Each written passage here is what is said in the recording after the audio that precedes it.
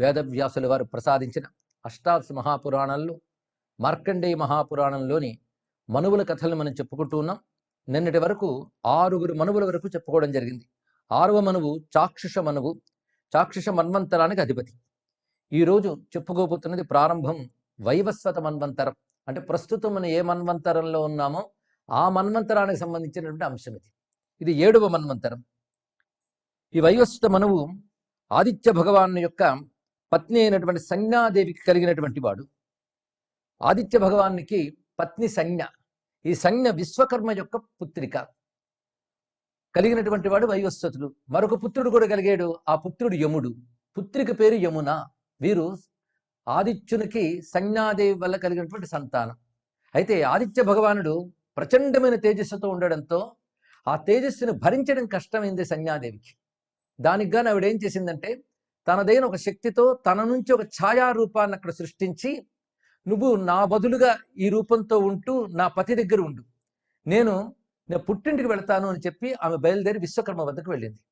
అప్పుడు విశ్వకర్మ చూసి అంటున్నాడు, నువ్వు రావడం బాగుందే గాని ఇలా పతిని విడిచిపెట్టి ఇక్కడ ఎక్కువ కాలం ఉండడానికి రావడం మాత్రం నచ్చలేదు సుమా. త్వాంతుమే పశ్యతో వత్సే దినాని శుభహూన్యపి ముహూర్తార్థ సమావిష్యు కింతు ధర్మో విలిప్యతే. నువ్వు ఇక్కడ ఉండడం నాకేం ఇబ్బంది లేదు, నువ్వు ఎన్నాళ్ళు ఉన్నప్పటికీ నాకు అర్ధముహూర్తంలో గడిచిపోతుంది, కానీ ధర్మలోపం జరగరాదు సుమా. ఎందుకంటే బాంధవేషు చిరం వాసం నారీణాం నా యశస్కర. ఎక్కువగా ఇక్కడ ఉండడం అనేది యశస్కరం కాదు సుమా. ఎందుకంటే మనోరథో బాంధవానాం నార్యా భర్తృగృహే స్థితి. ఇది చాలా ప్రధానమైనది కనుక. పైగా నీ భర్త సామాన్యుడు కాడు, ముల్లోకములకి ప్రభు అయిన వాడు, సాక్షాత్ నారాయణ స్వరూపమైన సాత్వం త్రైలోక్యనాదేన భర్త్రా సూర్యేణ సంగత పితృగేహే చిరంకాలం వస్తున్నార్హసి పుత్రికే అని ఎప్పుడైతే తండ్రి చెప్పాడు విశ్వకర్మ, అప్పుడు సంజ్ఞాదేవి క్రమంగా అక్కడి నుంచి బయలుదేరి భర్త దగ్గరకు కూడా వెళ్లకుండా తపస్సుకు వెళ్ళినది. అంటే పతి యొక్క తేజస్సును భరించగలిగే శక్తి తనకు కావాలని తపస్సు చేయడానికి ఆమెకు వెళ్ళింది. అంటే భర్త పట్ల విముఖురాలే ఆమె పుట్టింటికి వెళ్ళలేదు. ఇక్కడ ఇది కూడా తెలుసుకోవాల్సినది. తాను ఆ తేజస్సుని భరించలేక ఆ ఛాయాదేవిని అక్కడ పెట్టి కొంతకాలం అక్కడ ఉందామని వెళ్ళినది. అయితే ఇక్కడ ఛాయాదేవిని సంజ్ఞాదేవిగా భావించాడు సూర్యభగవానుడు. ఆ ఛాయాదేవి వల్ల మళ్ళీ 3 సంతానం కలిగారు. ఆ 3 ఒకరు సావర్ణి, 2వ శనేశ్చరుడు, 3వది తపతి. ఇది కూడా నదీ రూపమే. అలాగే సంజ్ఞా పుత్రిక యమున కూడా నదీ రూపమే, తర్వాత స్వీకరించారు. మొత్తానికి ఈ విధంగా ఉండగా కొంతకాలానికి ఈ ఛాయాదేవికి తన పుత్రులపై ప్రేమ, సంజ్ఞాపుత్రులపై అంత ప్రేమ లేదు. ఆ సవతి ప్రేమ అంటారు, అలా ఉండేది. వాళ్ళని వైషమ్యంగా చూడటంతో వైవస్వతుడు నిగ్రహించుకున్నట్టు మొదట ఆయన. కానీ 2వ కోపం వచ్చి కాలెత్తాడు ఆమె మీద. తల్లినే నా మీద కాలెత్తావు గనక కాలు పడిపోవుగాక అని శపించింది ఆమె. వెంటనే కన్న తల్లి అయితే శపిస్తుందా, ఈమె ఇంకేదో తల్లి అయి ఉంటుందని సందేహం కలిగింది యముడికి. తిన్నగా వెళ్ళి సూర్యభగవానుడితో చెప్పాడు. అప్పుడు సూర్యభగవానుడు వచ్చి, నిజం చెప్పు, నువ్వెవరివి? ఎందుకంటే నిజంగా నువ్వు సంజ్ఞాదేవి అయితే తన పుత్రిని ఇలా ఏ తల్లి చెప్పించదు, కాబట్టి నువ్వెవరో చెప్పు అంటే ఉన్న విషయం దాచకుండా చెప్పిన ఛాయాదేవి. అప్పుడు ఆయన విశ్వకర్మ వద్దకు వెళ్ళాడు. ఆ విశ్వకర్మ వద్దకు వెళ్ళి, నా భార్య నీ దగ్గర ఉండాలి అంటే, లేదే ఎప్పుడు పంపించే నీ గృహానికి అంటే, ఇంటికి కూడా రాలేదు, ఏమై ఉంటుంది ఆలోచిస్తూ. అప్పుడు విశ్వకర్మ చెప్పిన మాట విన్నాడు ఆయన. ఏమనంటే, నీ తేజస్సు భరించలేకపోయింది అని. అంటే అంత మహా తేజస్సున్నది. అప్పుడు విశ్వకర్మతో ఒక మాట అన్నాడు. అయితే నా మహా తేజస్సుని నువ్వు కొంత తగ్గించు అని కూర్చున్నట్ట సూర్యభగవానుడు. అప్పుడు విశ్వకర్మ ఆయన తేజస్సుని సంధుక్షణం చేస్తున్నాడు. అంటే ఒక శిల్పి ఒక పెద్ద రాయిని మలచినట్లుగా ఆయనలో ఉన్న తేజోభాగాన్ని కొంచెం తగ్గిస్తూ ఒక అనుకూలమైన రూపాన్ని ఇవ్వడానికి నిర్ణయించుకున్నాడు విశ్వకర్మ. ఇప్పుడు ఆ పని జరుగుతుంది. ఆ పని చేస్తున్నంతసేపు దేవతలు సూర్య భగవాన్ని స్తోత్రిస్తున్నారు. ఇక్కడ అద్భుతమైన సూర్య స్తుతి ఉంటుంది. ఇది వేదముల యందు చెప్పబడుతున్న సూర్య సూక్తము అని చెప్పుకోవచ్చు. అంటే ఆ సూర్య సంబంధమైన మంత్రముల సారం ఈ స్తోత్రంలో ఉంది. ఇది ఒక్కడు చెప్పుకుంటేనే కొన్ని రోజులు పడుతుంది, అంత ఆదిత్య తత్వం ఉంది. అంటే ఆదిత్య హృదయం ఎలాంటిదో ఇది అలాంటిది. ఇంకా చెప్పాలంటే అంతకంటే విస్తారమైనటువంటిది వేద ప్రతిపాద్యమైన సూర్యతత్వం అంతా ఇందులో ఉన్నది. ఇంతవరకు చెప్పిన ఈ కథను ఒక్కసారి మనం పరామర్శ చేస్తే, పురాణ కథలు మనకు అర్థం అవ్వడం కోసం సంకేత భాషలో చెప్తారు, భార్య, భర్త, తల్లి, తండ్రి. కానీ ఇది ఒక విశ్వవిజ్ఞాన రహస్యం. ప్రథమత సూర్యమండలం ఆవిర్భవించినప్పుడు అది ఎంత మహా తేజస్సుతో ఉండేదో అది క్రమంగా తగ్గింది. ఆ తగ్గడానికి కారణమైన ఈశ్వరు నియమం పేరు విశ్వకర్మ. అలాగే సూర్యుని యొక్క శక్తులు 2, సంజ్ఞ, ఛాయ. సంజ్ఞ అంటే ఏదైనా వస్తువుని పోల్చుకోగలగడాన్ని సంజ్ఞ అంటారు. ఒక వస్తువును మనం పోల్చుకోవాలి అంటే సూర్యకాంతిని ఎందుకు పోల్చుకోలేం కదా. కానీ సూర్యుని యొక్క వస్తువును పోల్చుకోగలిగి తెలుసుకోగలిగే శక్తి పేరు సంజ్ఞ. అదేవిధంగా వస్తువును మనం చూసామంటే తప్పకుండా నీడ కూడా ఉంటుంది. అక్కడ వస్తువును పోల్చుకోవాలన్నా నీడ రావాలన్నా సూర్యశక్తి లేనిది రెండూ జరగదు. అందుకే సంజ్ఞ యొక్క రూపమే ఛాయ అని చెప్పడంలో విశేషం ఇది. అందుకే పురాణం యొక్క సంకేత భాషని, ప్రతీక భాషను అర్థం చేసుకోవాలి. అలా కాకుండా వాళ్ళు కూడా మన వంటి పాత్రల వంటి వారే అని మనం భావించినట్లయితే వీటిని అపవ్యాఖ్యానాలు కూడా చేస్తారు. నేటి తరం అర్థం చేసుకోవడం కష్టం. అలాగని సైన్స్ పాఠం చెప్పినట్టు చెప్తే రసం ఉండదు.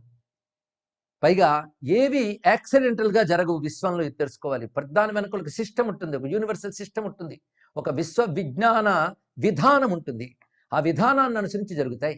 ఆ విధానం పేరే దేవతలు. ఈశ్వర సంకల్ప శక్తి వివిధ రూపాలతో విశ్వాన్ని నడుపుతుంటుంది. అదే మొదట ఏర్పడిన విశ్వం అలాగే లేదు, అనేక మార్పులు చెందుతున్నది. అదే మొదట ఏర్పడిన విశ్వం తర్వాత మార్పులు చెందడమే ఈ కథల్లో భార్య, భర్త, సంతానం అనే రూపంతో మనకు చెప్పబడుతుంది. అంటే ఇవి జరగలేదని కాదు, ఇవి దేవతా భూమికల్లో జరుగుతాయి.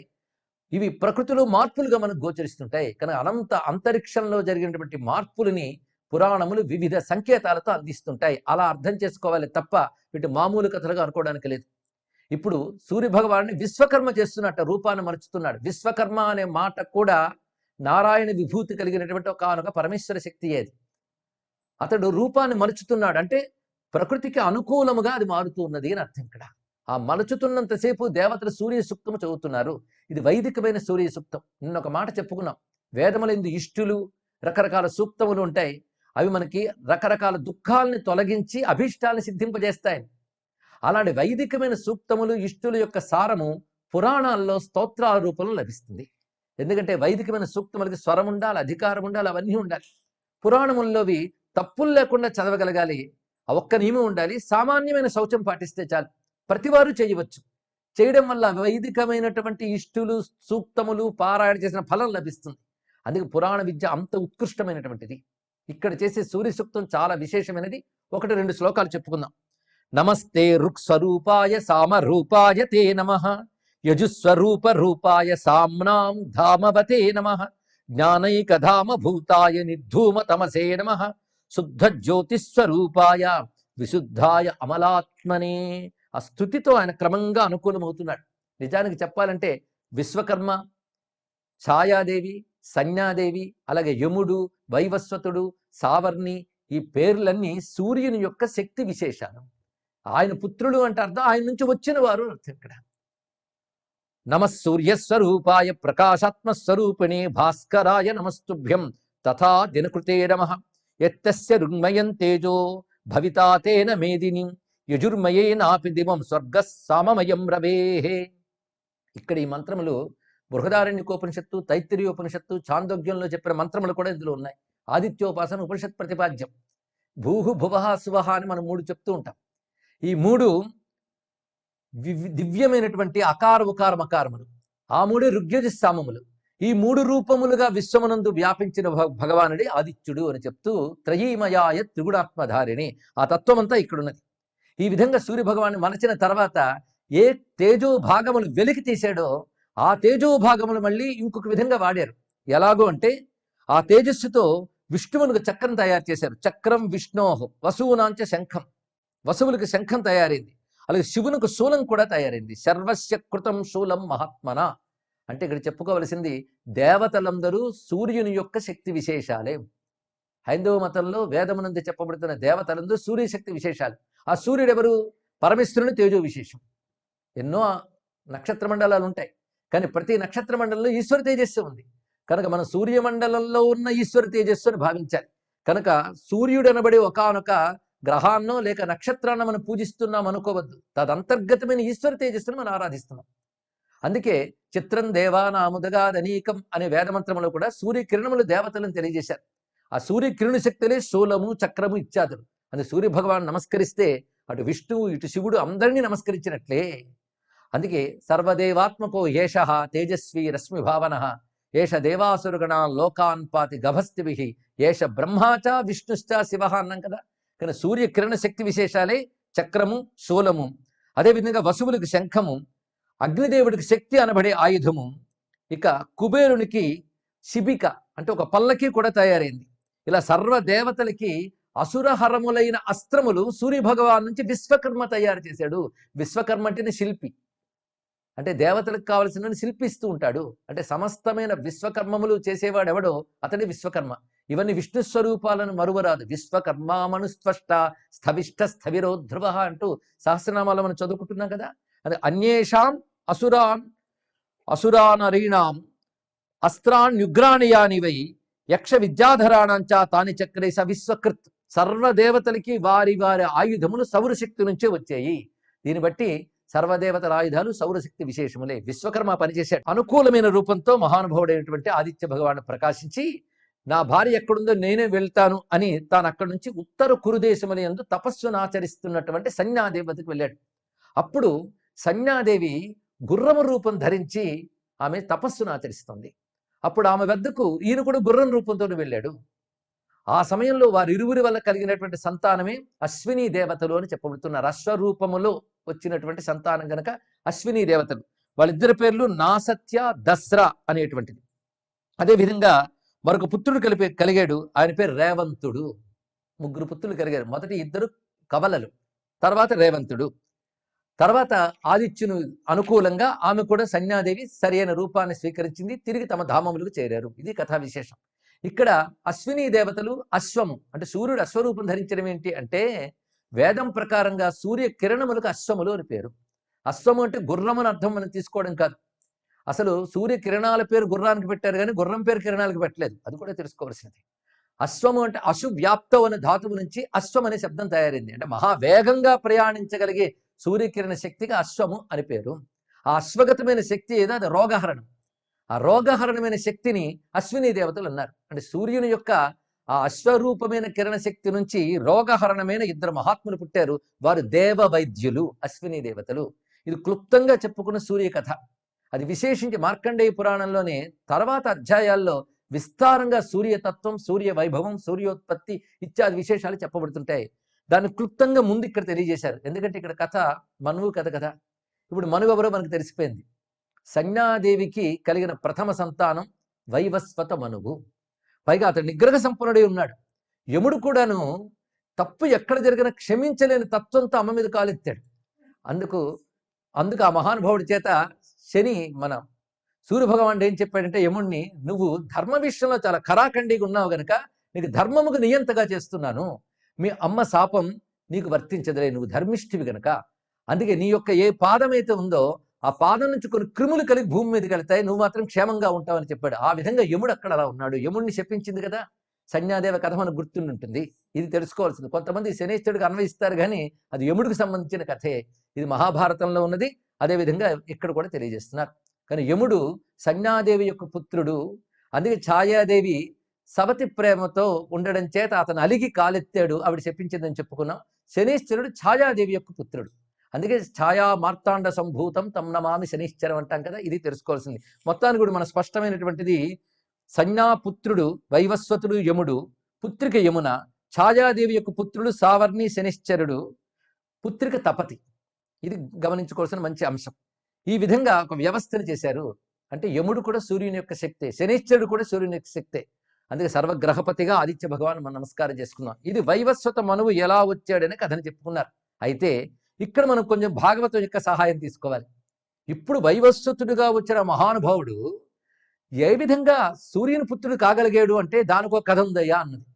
అందుకే వైవస్వత మనువు రావడానికి కారణమైన కథ మనం భాగవతం నుంచి గ్రహిద్దాం. అది అష్టమ స్కంధంలో మనకు కనబడుతుంది. తత్ర రాజ ఋషి కశ్చిన్ నామ్నా సత్యవ్రతో మహాన్ నారాయణ పరహ. ఇది వరకు కల్పంలో అంటే ఇప్పుడున్న వైవస్వత మనమంతరం శ్వేతవరాహ కల్పం నాటి కదా. ఈ శ్వేతవరాహ కల్పం కాక తత్పూర్వ కల్పంలో ఒక మహానుభావుడు ఉండేవాడు. ఆయన పేరు సత్యవ్రతుడు. యోసావస్మిన్ మహాకల్పే తనయ. అతడు ఆ మహానుభావుడు సత్యవ్రతుడు ఒకప్పుడు క్రతుమాలి అనేటువంటి లేదా కృతమాలి అనేటువంటి ఒక నదిలో ఆయన స్నానం చేస్తూ సూర్యుడికి అర్ఘ్యం ఇవ్వడానికి నీళ్లు తీసుకున్నాడు. ఆ తీసుకున్నప్పుడు చేతిలో ఒక చిన్న చేప వచ్చింది.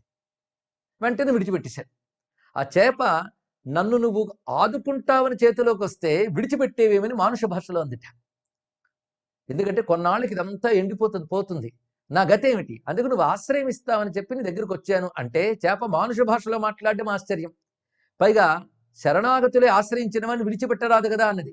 వెంటనే తన కమండలంలో వేసుకుని ఇంటికి తీసుకొచ్చాడు. ఆ తీసుకొచ్చినప్పటికీ కమండలం అంతా నిండిపోయి నాకు ఈ చోటు చాలలేదు, మరొక చోటు ఇవ్వనది. వెంటనే మరొక పెద్ద పాత్ర పెట్టి అందులో పెట్టాడు. ఆ పాత్ర అంతా నిండిపోయింది, నాకు సరిపోలేదన్నది. తటాకంలో వేస్తే తటాకం సరిపోనంత పెరిగిపోయింది. నదిలో వేసినా పెరిగిపోయింది. అప్పుడైనా ఆలోచించారు కదండి, సామాన్యం కాదు, ఏదై ఉంటుందని ఆలోచించారుగా. కానీ ఆలోచించకుండా అంతకంటే పెద్ద దానికి తీసుకెళ్ళడం మొదలు పెడుతున్నాడు. ఆఖరికి సముద్రం తప్ప మరొకటి లేదు అని సముద్రంలో వేయడానికి వెళ్ళేటప్పటికల్లా తన అసలు స్వరూపాన్ని అది చూపిస్తూ సముద్రంలో పెరిగిపోతుంది. అప్పుడు ప్రార్థన చేశాడు, మహానుభావ నువ్వు ఎవరో నా తపస్సు వల్ల కాస్త స్ఫురణకు వస్తుంది, నువ్వు సాక్షాత్తు నేను కొలుచుకునేటువంటి నారాయణుడివే అని. ఇది మత్స్యావతార గాథ. ఆ మత్స్యము చెప్తున్నది ఇక్కడికి ఇంక కొద్ది రోజుల్లో ఈ కల్పం పూర్తి కాబోతున్నది, కల్పాంతం జరుగుతుంది. ఈ కల్పాంతంలో తర్వాతి కల్పానికి కొన్ని గొప్ప విషయాలు దాచి ఉంచాలి, బీజములు. ఎలా అంటే ఈ పంటంతా మనం కోసేసాక తర్వాతి పంట కోసం విత్తనాలు దాచి ఉంచుతామో, ఈ కల్పాంతం అయిపోగానే తర్వాతి కల్పం కోసం ఉత్తమమైన కొందరు ఉండాలి. అందులో కొందరు మహర్షులు ఉంటారు, నువ్వు ఉంటావు తర్వాత కల్పానికి. అలా కొన్ని కొన్ని ప్రధాన బీజములన్నీ నువ్వు సేకరించుకుని ఇక్కడ ఉండు, ఆ కల్పాంత కాలంలో ఏం జరుగుతుందో చూడు అన్నాడు. ఆ విధంగా సత్యవ్రత అక్కడ కూర్చున్నాడు. కల్పాంత కాలం వచ్చింది, మహా భయంకరంగా జలమయమైపోయింది. కానీ నారాయణ వరం చేత వీరు మాత్రం ఉండగలిగారు. కానీ భయ విఫోళ్ళు అయిపోతున్నారు, దిక్కేది కొట్టుకుపోతున్నట్టున్నది, కానీ ప్రాణాలు పోవట్లేదు. ఎందుకంటే నారాయణ అనుగ్రహం ఉంది కదా. ఆ సమయంలో ఒక పెద్ద మత్స్య రూపం సాక్షాత్కరించింది. అంటే ఏ మత్స్యం అయితే అప్పుడు అభయం ఇచ్చిందో ఆ మత్స్యం మహారూపంతో గోచరిస్తూ కాంతిమయమైన రూపంతో ఆ దశావతార స్థితిలో మనం వర్ణించుకున్నాం.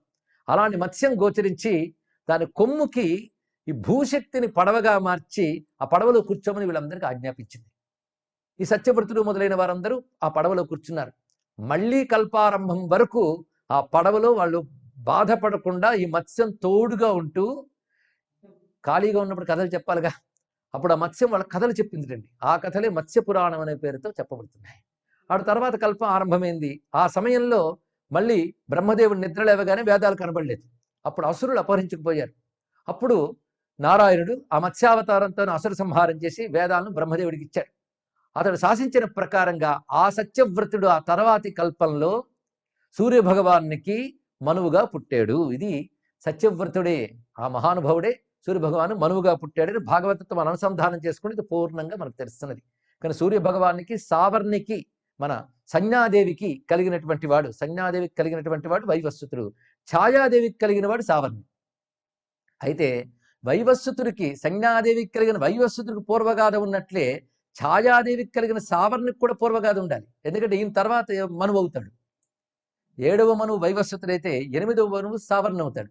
మరి ఆయన కథ చెప్పాలి కదా, ఆ కథ చెప్తాడు. అయితే ఇక్కడ విశేషించి వైవస్వత మన్వంతరంలో ఋషులు ఎవరు, అదేవిధంగా దేవతలు ఎవరు, ఇంద్రుడు ఎవరు మొదలైన విషయములు ఇక్కడ చెప్పుకోబోతున్నాం. ఇప్పుడు ఇవి సాధారణంగా మనకి కొందరు దేవతలు కొందరు ఋషుల పేర్లు ఇప్పుడు చెప్తుంటారు. వైవస్వత మన్వంతరానికి చెందిన వారు మాత్రమే. ఇదివరకు మనం చెప్తున్న సప్తర్షుల పేర్లు మనకు తెలియవు కూడా, అలాంటి వారు ఉన్నారు ఇదివరకు మన్వంతరాల్లో. ఇప్పుడు ఈ మన్వంతరాలు అంటే వైవస్వత మన్వంతరంలో ప్రధానంగా దేవతలు 8 మంది ఉంటారు. 8 మందికి మళ్ళీ గణములు ఉంటూ ఉంటాయి. ఆ 8 మంది ఆదిత్యులు, వసువులు, రుద్రులు, సాధ్యులు, విశ్వే దేవతలు, మరుత్తులు, భృగువులు, అంగిరసులు అని చెప్పబడుతూ 8 మంది దేవతాగణములు ఉంటారు. అందుకే మనం గమనిస్తే నేడు జరుగుతున్నటువంటి ఈ మన్వంతరంలో జరుగుతున్న యజ్ఞక్రియా కలాపాలు కర్మలు అన్ని ఈ దేవతల పేర్లతోనే చేస్తూ ఉంటారు. ఆదిత్యులు, వసువులు, రుద్రులు అంటూ ఉంటాం. అంటే ఈ మన్వంతరం వాళ్ళందరూ ఈ దేవతలను ప్రధానంగా ఆరాధన చేస్తారు. ఇందులో కశ్యపుని సంతానం ఆదిత్యులు, వసువులు, రుద్రులు.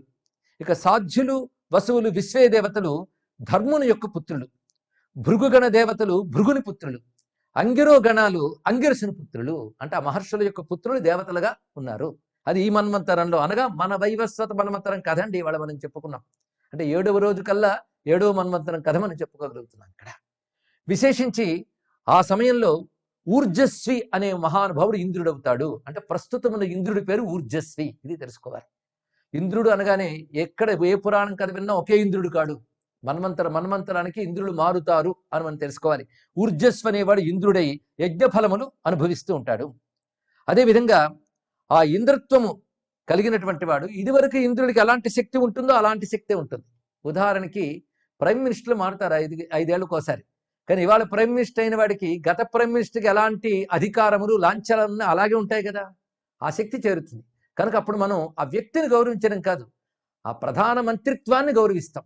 అదేవిధంగా ఆయా మన్వంతరములందు మనం పరమేశ్వర స్వరూపమైన ఇంద్రత్వం ఆయా ఇంద్రులుగా ఉన్న అధికార పురుషుల యందు ప్రవేశిస్తుంది గనక మనం నమస్కరించేది ఈశ్వర స్వరూపమైన ఇంద్రత్వాన్ని. అది గ్రహించుకోవాల్సింది. అంటే అగ్నిశ్చమయింద్రశ్చమే అంటూ సోమశ్చమయింద్రశ్చమే రుద్రమంత్రాల్లో మనకు కనబడతాయి.